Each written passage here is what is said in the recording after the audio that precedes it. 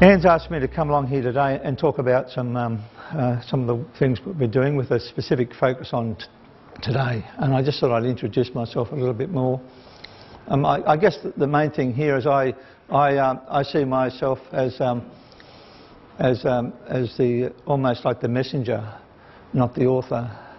The author of this work is in fact primarily my son, but also many families that I have worked with over the years, particularly over the last 6 years or so. We've done something like about 90 odd workshops right across New South Wales and interstate as well, and overseas as well. And that collection of knowledge, that wisdom, is what you're starting to see as well. Okay, so I'm just the messenger. I'm also just the emotional father too. So I'm happy to wear that tag, and I acknowledge my co-author, who is my son. So although he can't necessarily write or read or anything like that, but he's got a powerful story to tell for those who are prepared to listen. So Chris and I, about 6 or 7 years ago, thought, well, we need to do something in this area of care because too many families were going through too much. The struggle, the family, the breakdowns, the 70–80% of families who do in fact break down is not good enough. It is simply not good enough.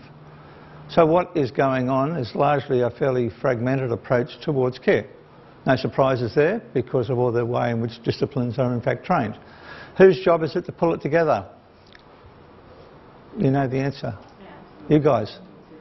You need to pull it together. But how are you going to pull it together? What's important? What's the framework? Where's the map? I'm going on a journey and I want to expect to know where I'm going to go. But there's no map. So the idea of this work was, in fact, as I spoke to Chris, I said, Chris, listen mate, we've got to do something. And even if it helps one family, therefore it would be sufficient. And Chris, who always likes to agree with me, says, yeah. So with that impulse, that's what you're seeing today, with a big yeah. We actually put together a publication, which was a real pain, I might say. It took many years to write. Finding a publisher was just unbelievable. It was just working through a whole lot of stuff. It was more of a cathartic experience too, because by expressing yourself, you start to see things. And perhaps that's part of your journey too, the ability to be able to express where you are and to understand where you're going. And keeping a diary, little notes, writing poems, writing little narratives are part of the deal, I believe. And what does that link to? Resilience. No question about that. So something in this process makes you a better person. And of course, my view of that is no matter what I've given to Chris, he in fact has given me so much more back. So that's my personal view of where I am. Which then led to a whole lot of workshops that we did, the 90 or so, all over the place, Broken Hill, Lismore, Wagga, Bega, lots in the metropolitan area. I've focused on mainly in the outer western area of Sydney, Minto, St Mary's, Central Coast, principally because the services aren't there as well as they are in the inner city areas. So a lot of attention's been given to what I would call Struggle Street, where people are really struggling with the resources and ability and whatever. And again, I guess from my point of view, I seem to get a lot more back from them than what I give them. The other thing we did a website, put that up. Absolutely amazed the amount of hits that's had. And that's where the international part comes into it. And to date, there's been something like over something like 90 odd countries, pretty close to a couple of 100,000 hits on the whole workshop and the whole website, I should say, and a lot of downloading is happening as well from that. So it's amazing. So if you take it right back to the time I was having a chat with Chris and said we need to do something, if it helps one family, what do you think, mate? He said, yeah. So Chris was in fact responsible for all of this. I also act as Chris's advocate. That's an attitude that I have which basically says when I need to be, I'm also his advocate. And being a parent advocate is indeed very powerful. Very powerful. The attitude there is, if you mess with the kid, you mess with me. Very clear, very simple. It's the analogy that I use in the publication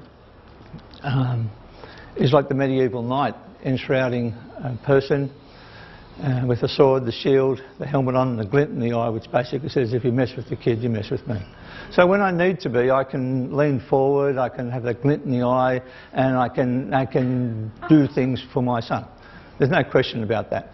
So that gets down to the level of where you guys are. And in the chapter of this book, in fact, you're all going to get a copy of this book today. Chapter there saying being just a parent is not enough. You need to do more, which is what we're about here today, to do that a little bit more. And that's a funny thing, because as a parent you think that should be sufficient. But no, there's sometimes when you need to become the advocate, and you also perhaps, from a safeguarding point of view, you might consider guardianship as well. Enduring guardianship or legal guardianship or whatever that might be in terms of the future. This gives you the authority and the sort of, what would you say, the peace of mind, which basically says, well, none of you service providers can do anything unless you get my consent. It's the same thing in the medical world. You can't do things unless you receive my consent. So as a parent, they don't necessarily need that consent. But as a guardian, they do. So you start to change the table a bit, okay? So there's a few things in the story which I hope you'll draw from. I've just noticed that you're actually going to get a copy of all these slides today. And the purpose of that is, if something comes out of this morning, a word, a thought, or whatever, write it down. Because the next session we're going to go through is starting to take those thoughts and for you to be encouraged to start developing your own care plan. Now, the care plan for me is the family as a whole. It isn't necessarily just the individual. You've got to care for the whole family in order to be able to care for the individual. Yeah? Basic principle. So in a sense, it also allows you to get your thoughts together. It's also a day-to-day thing. It's a working document. It's a work in progress. So as you go and talk to people and you want to put something on the table, you can put something on the table. That's a lot stronger than the emotional parent talking about their needs, as distinct from the more professional advocate who can articulate and actually put something on the table. How many meetings do you go into and you think, gee, I should have said this, and oh, I didn't have time to think about that, and they said this and they said that, and I missed out. Well, the idea of this work is for you to have those thoughts before that time, so you can actually put it on the table and talk to that. Just before we start talking here, I would say to the professional person, there's a few things I'd like you to know. So you take control of the meeting just for that 1 minute or so that allows you to articulate the things you think need to be expressed first. Okay? What are you doing? Becoming the advocate. All right, so you can see my emotion starts to come through and the passion's still there, and I still haven't lost much of that. So we're going to talk about today is what the journey is. I'm hopefully going to chat to you about the milestones and challenges around that, and also what's important. What's important. So I've kept it really simple in terms of what we're going to do today. Often the starting point for this conversation is around about the unspoken part of it all. Too many parents, too many carers tend to feel like they have to do it all by themselves. You know that feeling? Yeah. Where does this come from? As if you're the fount of knowledge that can handle all this stuff, and you have got no idea where to go, who to talk to, directory of services, none of that. But you can do it. But it wasn't in your job description. So coming out of all this, no wonder there's some sort of just like tumultuous time, bewildering time, overwhelming time, which I've called personal and family struggles. Too often, do we understand how we can deal with crisis? No, we often fall into it first and we learn as we go. You know that one? Never ridden the bike before, but get on it and start riding. Know that one? And often it's disbelief, confusion, helplessness, overwhelming emotion. It's all emotional stuff, right? You know all that?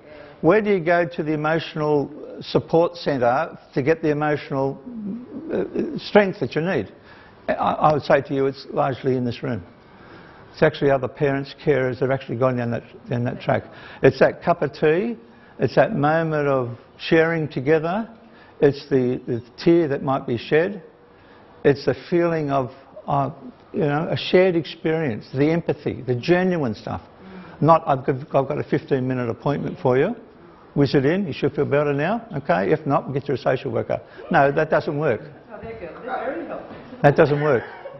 What you need is to be in contact with people who, in fact, can share that emotion.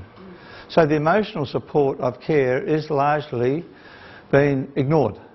Back in the old days, if I can use that expression, the olden days, that's even worse, is the community nurse that used to do the rounds, particularly in country areas.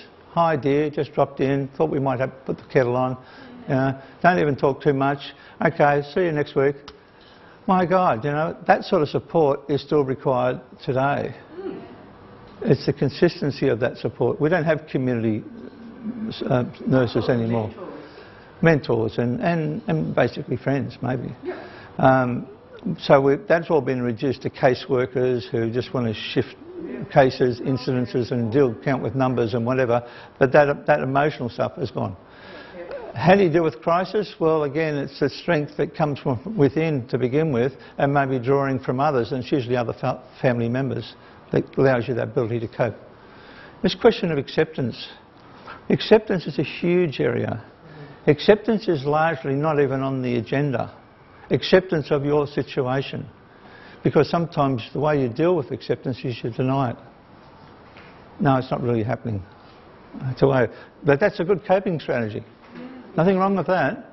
You tend to ignore it, you put it off, you put it off, you put it off, and then eventually you then might lead to other things to do with feeling of rejection of the whole situation, and then maybe the discovery of some sort of intuitive way of being able to go forward. So in the workshops, I try to express acceptance in about a minute, and I think you'll get it more than me just talking about the word. So I'm just referring to this little bit here. I hear the sounds of boys playing in the street. I hear the sound of my son sleeping against my chest. It dawns on me that he won't be like other boys. The weight on my lap is nothing compared to the weight in my heart. His battered body from all the falls, a mind dimmed from medication and seizures, forever falling, crashing on the ground, no words to tell or express feelings, no way to know where he is going. And this is the acceptance.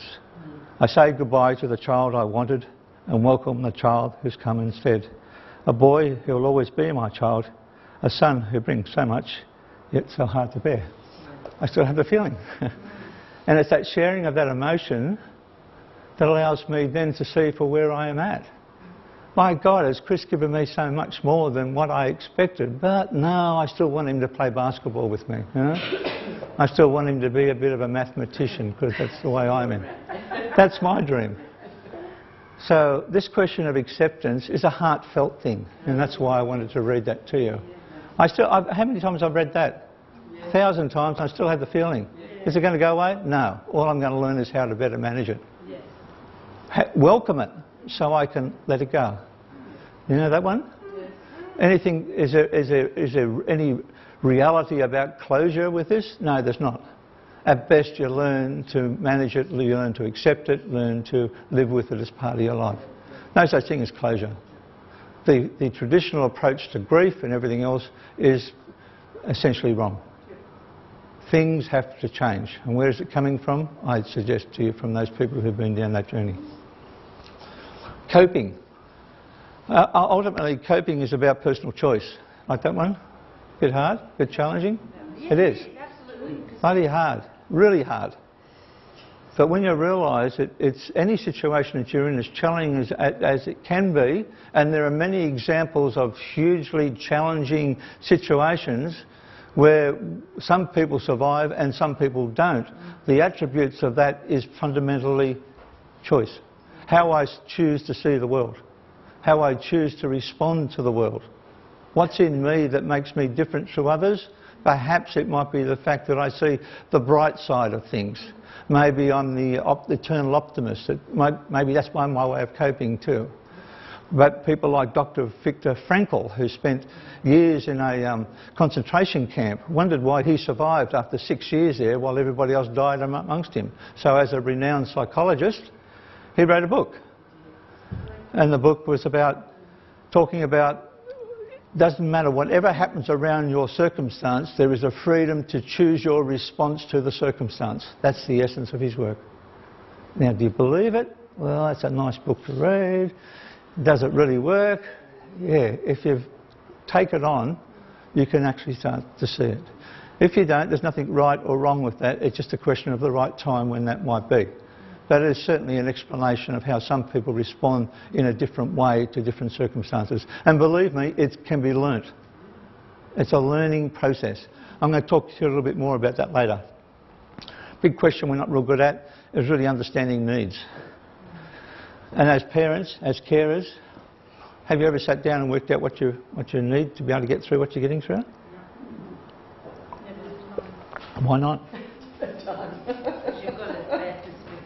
Don't have time. No, the simple answer might be that everybody else's needs are far greater than what your needs are. Yeah, you're talking about the carers' needs. You haven't got needs. All right, you're down at the end of the line, guys. But the fundamental thing is that if we learn to care for ourselves, which is what we're doing here this weekend, we're also in a better position to care for others. You're going to run out of steam pretty quick, smart, if you're providing 24-hour care 7 days a week for a lifetime. How long can you keep that going for? 10, 20, 30, 40, whatever the years might be, but there's certainly an end point. We simply cannot manage it anymore. Physically you break down, emotionally you break down, spiritually you break down. You simply can't cope. So something has to happen on the way through. Needs is the fly on the wall. What's going on here? What can I do? haven't got all the answers, but I'm progressively working towards better outcomes. I'm in control. I'm managing something. I feel like I know what I'm doing. That's part of the hidden role of the work that you're doing. So basically what I was talking about here was gender difference. That's a huge chapter in its own right. It's huge. Why aren't we doing something about that? Why don't the care model, whatever that is, understand the importance of dealing with that? Why is it that 90% of the workshops that we hold are all women? It tells its own story, I think. It's the same story, isn't it? It's the same story. But then we also have the fathers, and we also have the grandfathers, and we also have the uncles, and we also have the brothers who do turn up, no question. But principally it's just almost a traditional or an established role for women just to be the carers. It's a bit like looking out inside of the house and the blokes look out outside the house, right? One of those things, right? So. Can I just say something there? I just want to say something because my husband has come here to support me. But his way of dealing with this whole situation is just different. It's not to say, I mean, he can't sit here and do what I'm doing now, sitting here doing this workshop thing. Like, he'd prefer to be babysitting. That's his way of caring. Yeah, I know that. And it's just his way of dealing with it. But to sit down and be confronted with it all, he can't process that. And that's not an uncommon story. No, it's not. What I'm suggesting is you just accept that difference and then work together knowing there's a difference. I want you to do it my way, says the wife to the husband. No, and the father said, no, I'm doing this. And then but then you get this difference. So it's the acceptance of that difference, and as a team, you work to each other's strengths, as it were. You get it? And that's basically the strategy. The other thing is dealing with change here. How good are we managing change? Guess what? Needs keep changing. So you've got to keep changing. You've got to welcome change. So again, as change managers, where do we get that advice and how do we manage that? So some of the things we're talking about this morning is going to give you the tools to try to pull some of this stuff together. Okay? So I've set the scene, as it were, and now I'm going to show you the missing map of lifelong care. So this may or may not apply to all, but it's certainly, even if it's a micro view of what is going on in your own life, there are elements of all this right through it. And let me just take you through that. Basically, in putting this publication together, I started from the bottom and I try to work it together and after many, many goes at it, and that's where the pain was, trying to make some structural sense of what was written. Does it make sense? And then I had, after day and night, and as I really, hell-bent writer, I was no way I was going to let go of this. And my days were something like 18 to 20-hour days for 7 days a week, and bang, bang, bang, bang. It was really intense stuff. I don't recommend writing to anyone, by the way. But what came out of it, and I was driven by the passion to do it. You know, where did that come from, I'd think, you know? I have no idea, right? But this is what came down to. It came down to 3 basic milestones. The first milestone, which I talked about, was family and personal struggles. That's where all the crisis, acceptance, coping, gender difference, all the emotional stuff's going on, all right? Okay? That's the first state that we get into, and we usually have to hit rock bottom or something has to change, right? You know that one? And then with a determination, we then start to move to this one, which is what I've called, there was no word to describe this full suite of care, which I've called family care. Scientific? Rocket science? No, it's not. It's just really a gathering up of the things that needed to be put together. The things we talk about is personal care of the carer as well as the persons and the family. Question of long-term care. It's always in the back of their minds. What's going to happen when I'm no longer around? You know that one? That question is always there. And what's going on in this area is very little, I might say. Question of safeguards, whether they're personal, legal or financial. These are the enabling things that will make care happen. Not just care for care's sake, but how are we going to fund it? How are we going to get the safeguards in place? How am I going to write my will, enduring guardianship, a caveat on the family home, or all these conditions which can all be put together to provide a safeguard that they know you've done your very best in that arrangement. And of course, having got these things into place, and with that sort of another challenge here, this challenge here is all to do with letting go. Knowing that you've given it your best shot, knowing that you need other people to be able to do the things that you want to do, but also making space for those things to happen, that letting go. There's no way I'm going to let Chris walk out the door, as it were, but in a sense I've got to learn to share that. I've got to recognise that Chris might have a number of places that he can live his life with and people. I remember my embarrassment with Chris when he was a pretty young boy, and I always think that one day this will be all fixed up and, you know, it'll be just wonderful. And then going along to a function and then Chris mixing it up with a number of other boys with disabilities far greater than his and more evident. He had a preference to be with them and not with another group. And I was trying to sway him in some ways to stay with the other group. And then it was a night of sort of like accepting what his choice was. And I'm just sitting there thinking, Chris, what are you doing to me? So in the end, it was more to do with understanding that his world is different to my world, right? And I can try to find this peace of mind by greater understanding, looking at positive outcomes and also the required support that he needs. So that's the journey, the 3 milestones, and often the underlying chapters of all these things are the question of who really cares? Who really cares about you and your family? You'll soon sort that one out pretty quick, and it's usually that close knit of people that you might have around you, which might be your blood family or your family that you create. Okay? It's a family of people, usually active parents, support and knowledge. You've got to just be activated in this process of being able to pull things together. That's why you're here. Passive parents tend not to be as successful as active parents. Can I say that? Next question. Being just a parent is not enough. That's challenging. It's meant to be. But what's the difference? It's about greater understanding and knowledge. Where to go, who to talk to, how to respond, what you can do. Time for change, wise parent planning. I could just call that wise planning. Time for change, control and strategies around that. And this question of this family care, this notion of the full suite of care needs to be put into place. And finally this peace of mind, this letting go. So what you see there now is the structure of the milestones and also what I call the chapters of that consideration.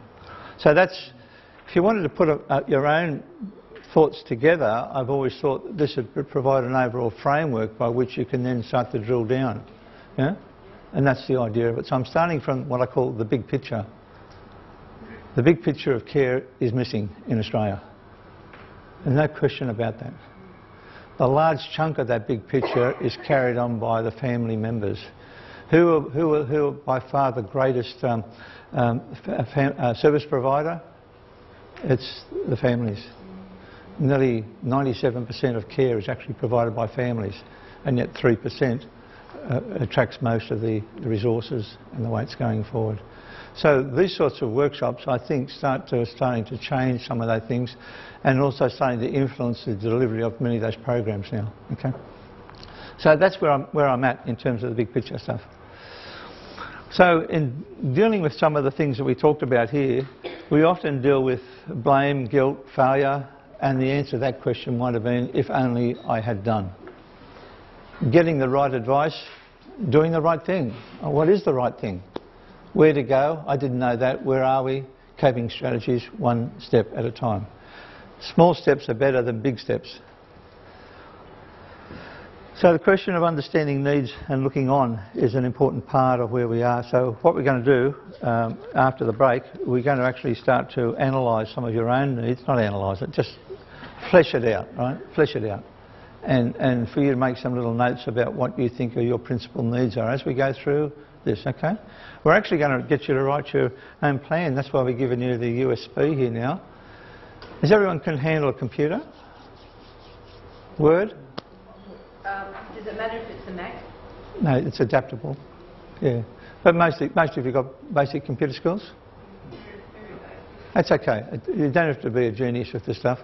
But you've got, what I'm suggesting is when I go through it, you'll have a template by which you can delete or add. And you've got a whole set of headings that you can consider, and then start building your own things into that, okay? And that's the idea of understanding the needs. So the first step in all this is in fact the need questions. Yeah, what a little quote there. Standing outside our circumstances, we may truly understand personal and family needs and perhaps be better prepared for making changes. So standing outside our circumstances is a trick.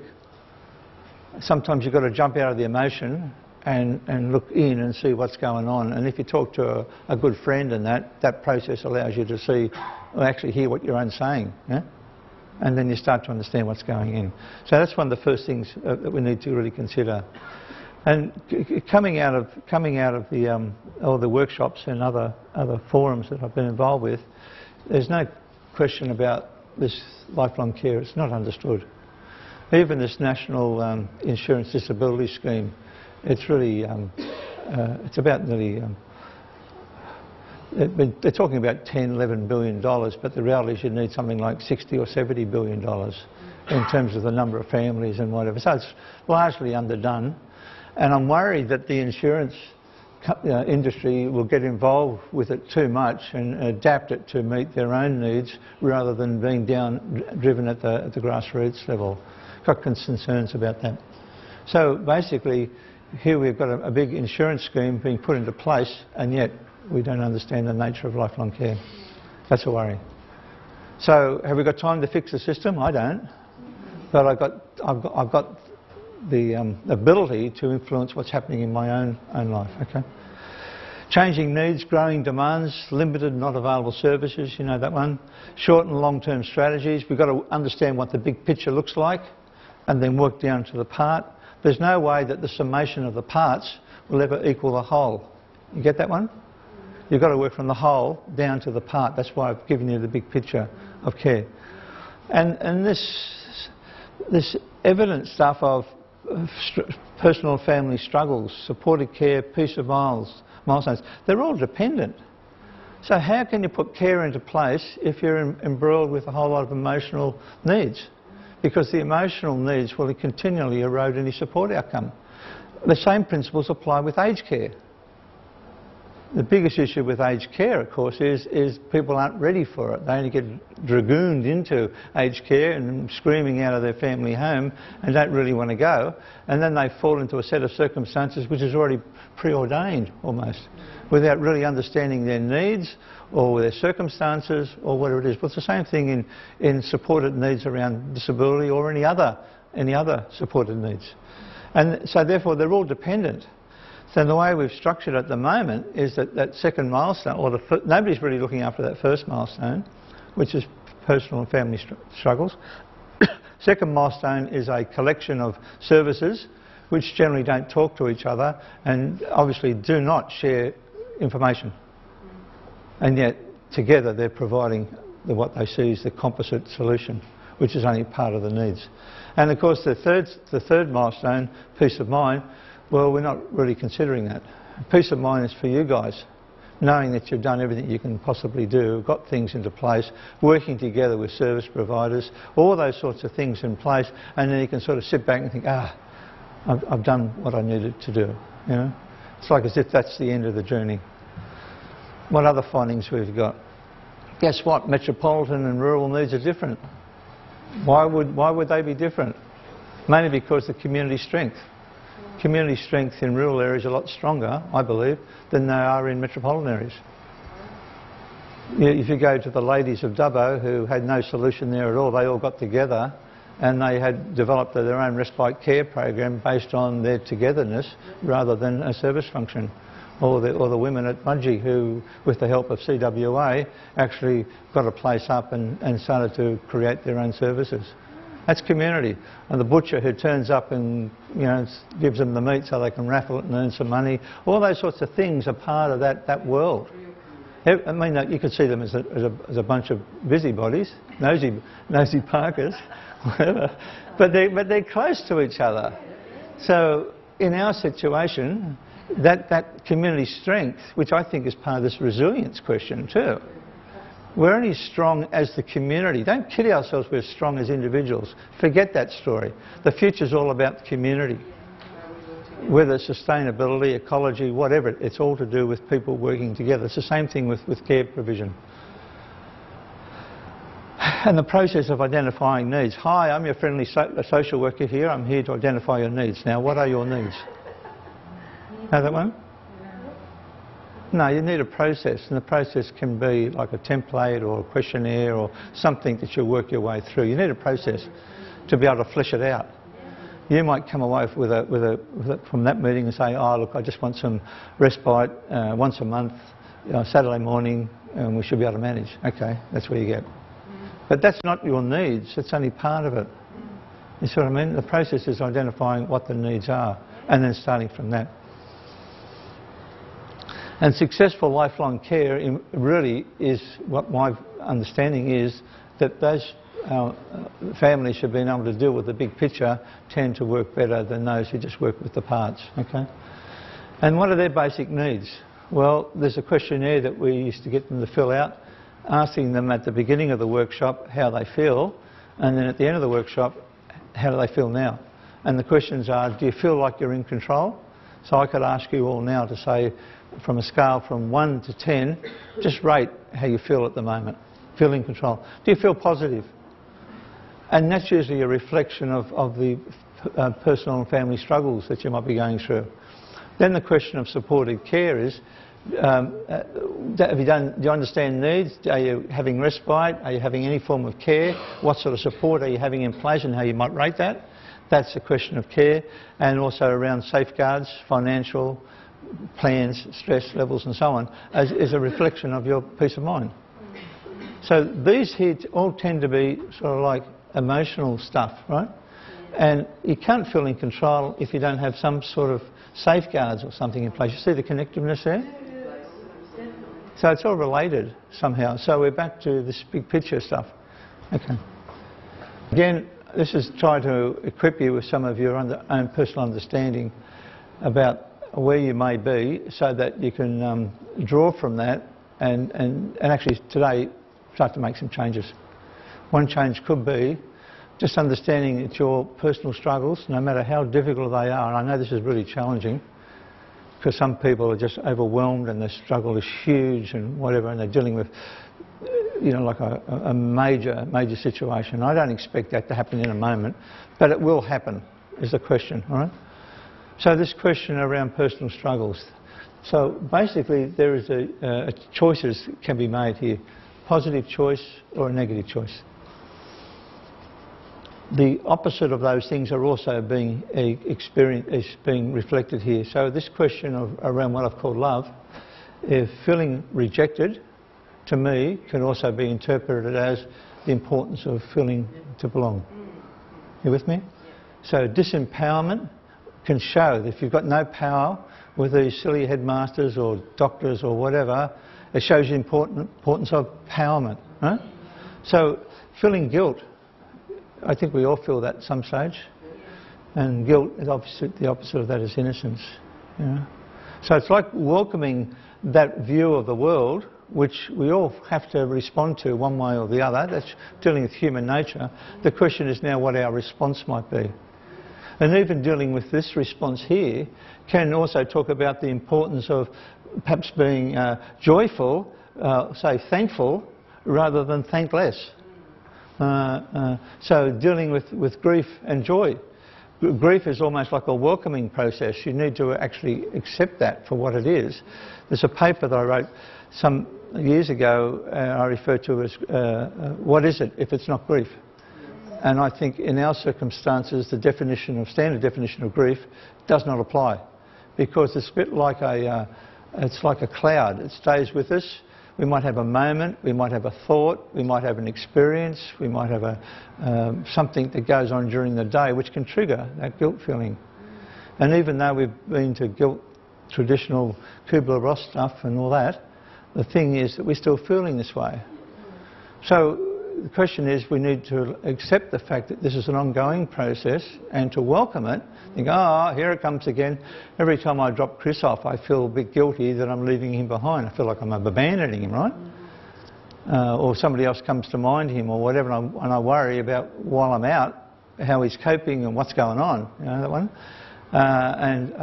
So the question of guilt is part of something that's part of what do you say, the experience of life experience as well. It's just not just dealing with care, but the question of guilt all around. So it comes down to basically what I call in the book the distinction between hope and despair. Do we want to despair all the time? No, you're not going to cope down there. You've got to have some mechanism in yourself, this resilience, this strength of being able to work above the line. Okay? So this way, and this was an attempt to try to explain why some parents, carers, seem to have been able to get on with it, and others tend to be a victim all the time. And I'm not apportioning any guilt or badness about this. I'm just saying this is life. The question is our response. So this is one of those drawings that came out of the words and trying to make sense in something that was very difficult to explain. Is that okay? All right, I'll move on. And then this question of needs. Needs keep changing. So if you're dealing with a lot of personal stuff here at the moment, there's a set of needs around the person and also around the family. And then if you move to this stage where you're trying to put support into place, there's a whole other set of needs over here and set of needs there as well. Okay? I won't go into that detail. No. Handouts. Okay. Let me begin again. The following slide has two identical dolphins and used as a case study for understanding stress levels. Okay? Look at both dolphins. The dolphins are identical. A closely monitored scientific study revealed that, in spite of the fact that the dolphins are identical, a person under stress would find differences in the two dolphins. The more differences a person finds, the more stress that the person is experiencing. Wow, that's interesting. Carefully examine the photograph, and if you find a difference, you may need a break.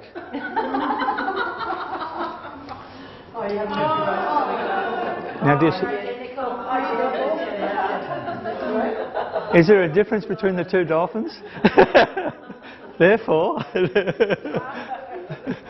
what you call denial. Yeah, that was a good one. I love that. Like that? Yeah, it's good.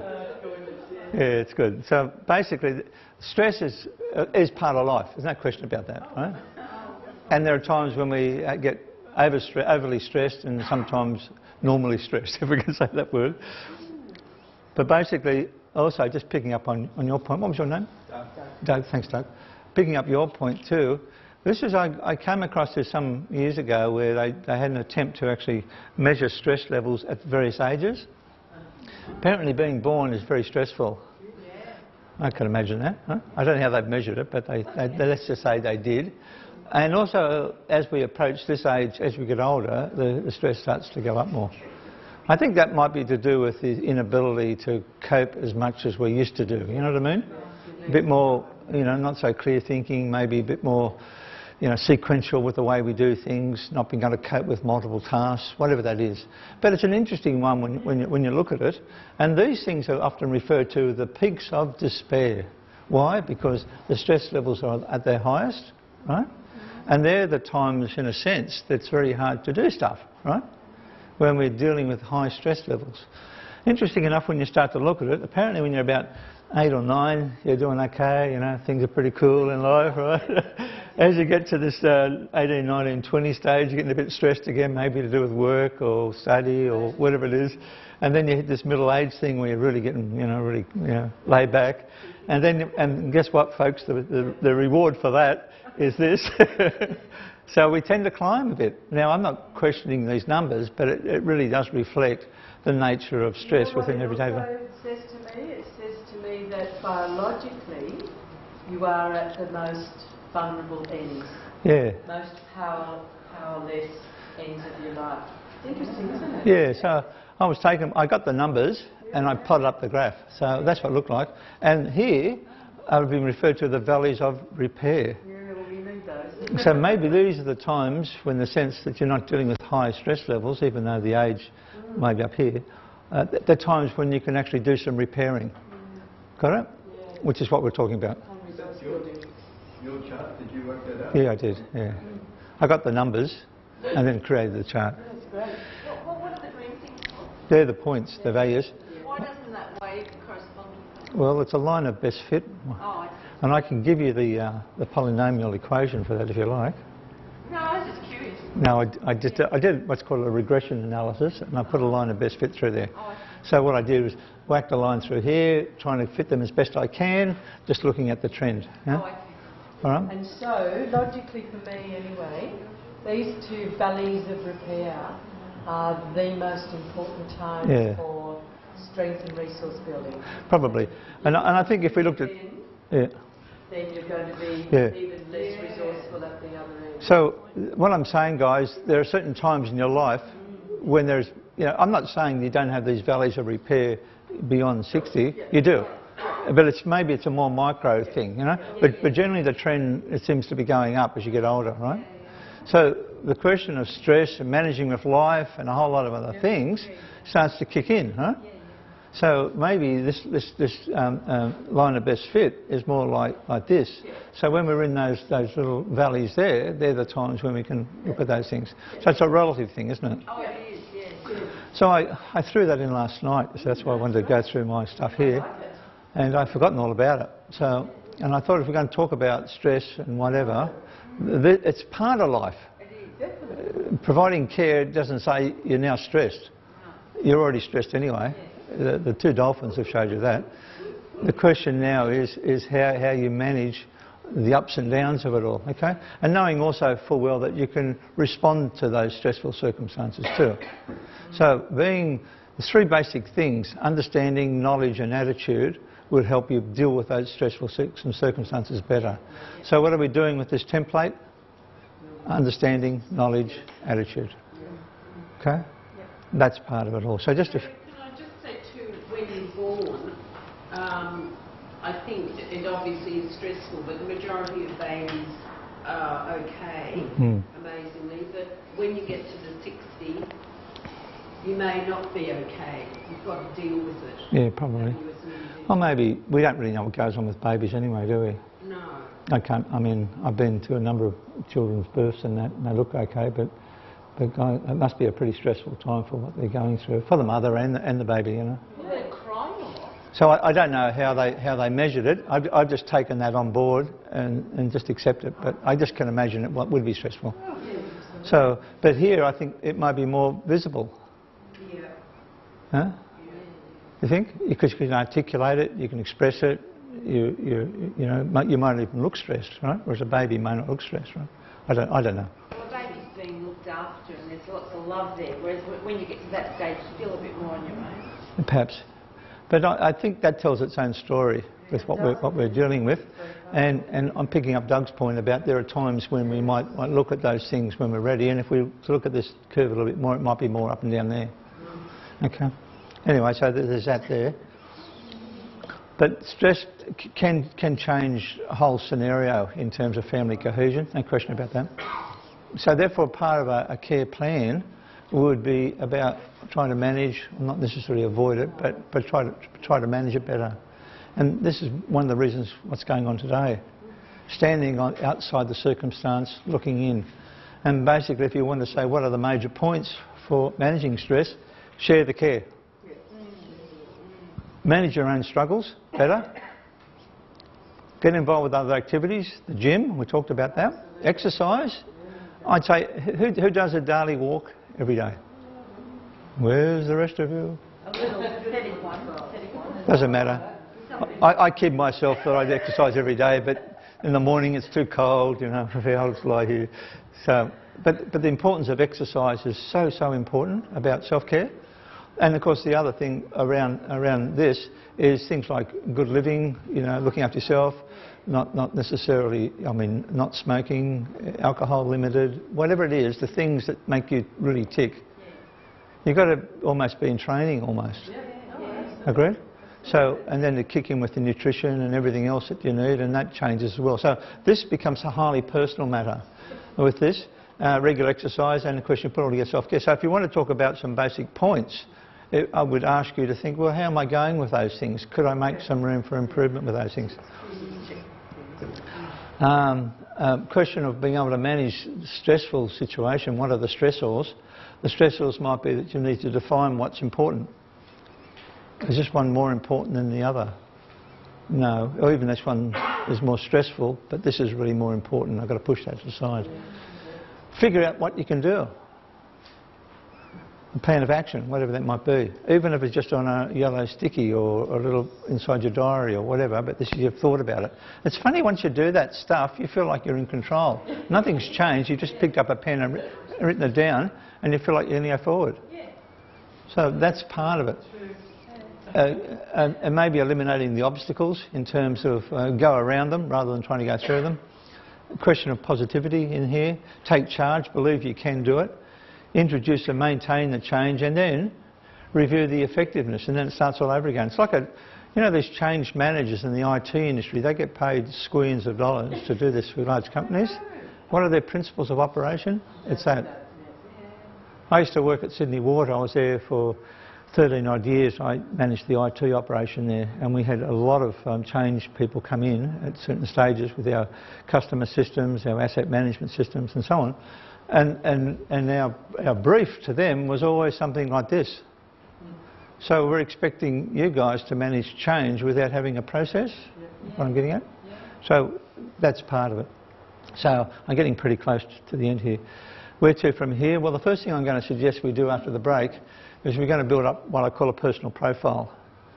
It's the front end of this, I've put the hard copies down there. It's the front end of the actual template itself. Who is this person? What makes them tick?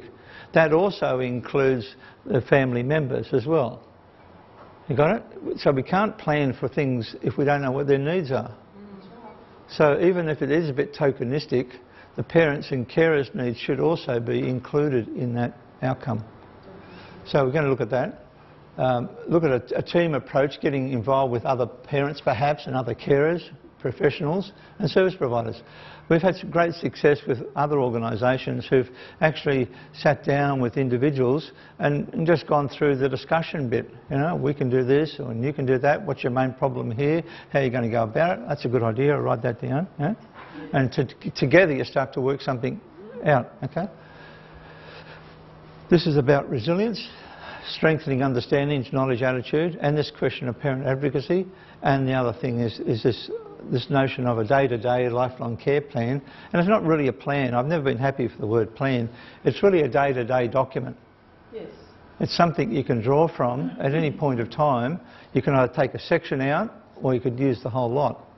In the whole lot, you might have a whole lot of really confidential material in there, like bank account details and maybe personal will information and that you wouldn't share with a service provider, but you would share with a family member. My daughters, for instance, I'd share with them what I've got in place in terms of any accounts, what their BSB is, what their account number, giving them the financial attorney responsibility. So if anything happens to me, they know where to go. And we're going to avoid things like probate and all those sorts of expensive exercises. They just simply move in and continue to do what we're doing. So questions around where I go and what have you done, Dad? This is the idea of communicating that. So we know that things do change over time. So from time to time when those changes happen, I just update this document, which is a bit like the front end of like an instruction thing, just to where to go, how to do it, and maybe this is what you do to put the bits together.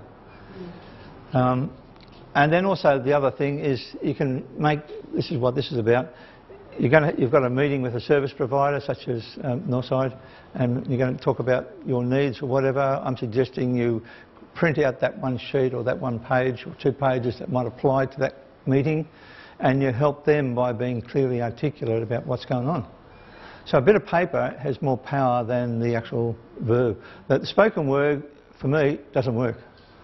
It's what you leave behind that really counts. The other thing too, when you start waving a bit of paper around, like I just did, it really is a statement of loving care. I love my son so much that I'm prepared to do whatever I need to do, and if I've got to walk on hot coals, that's easy. And it's that attitude that I have. So writing up a bit of paper to go into a meeting is no big deal.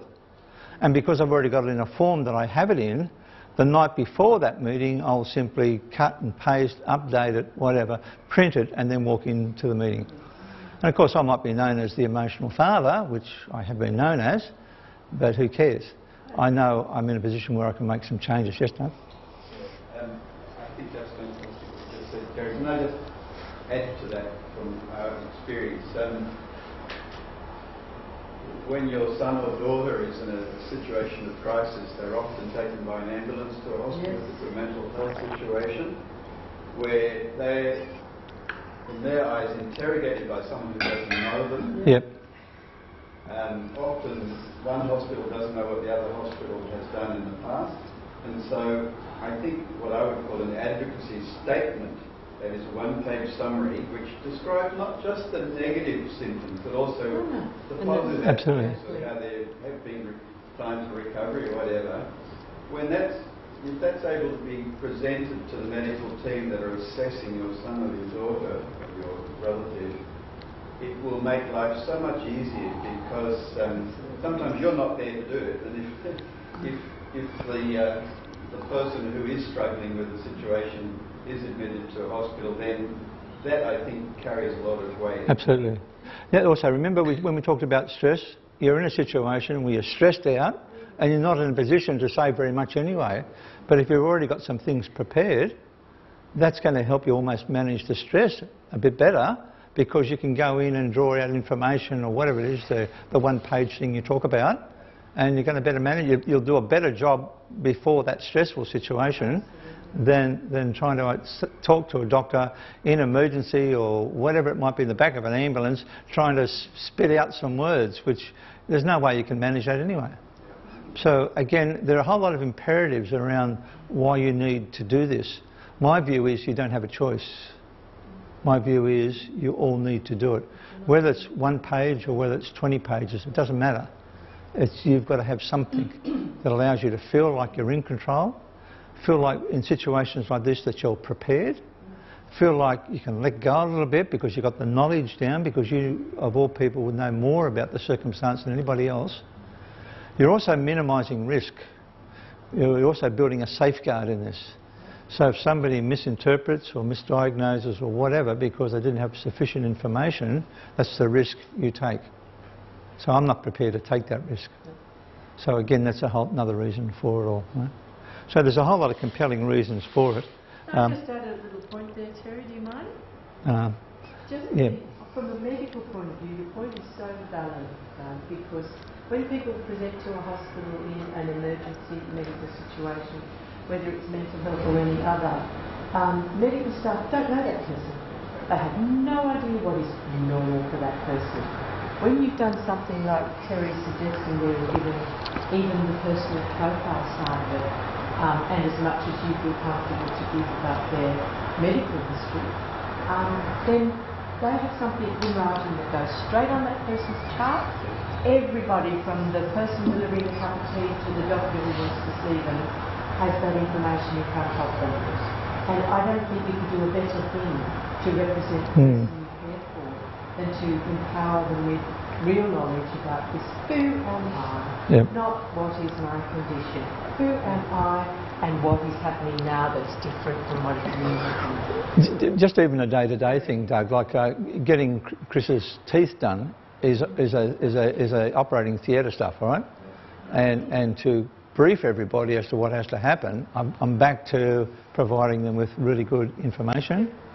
So there were, in his situation, things were so much different compared to another fellow who was following him in, where they had no information on him. There wasn't the emotional father being protective and caring. It was just the carer doing their job, but they didn't know too much about the person. It was also the preparation that went into place before that time.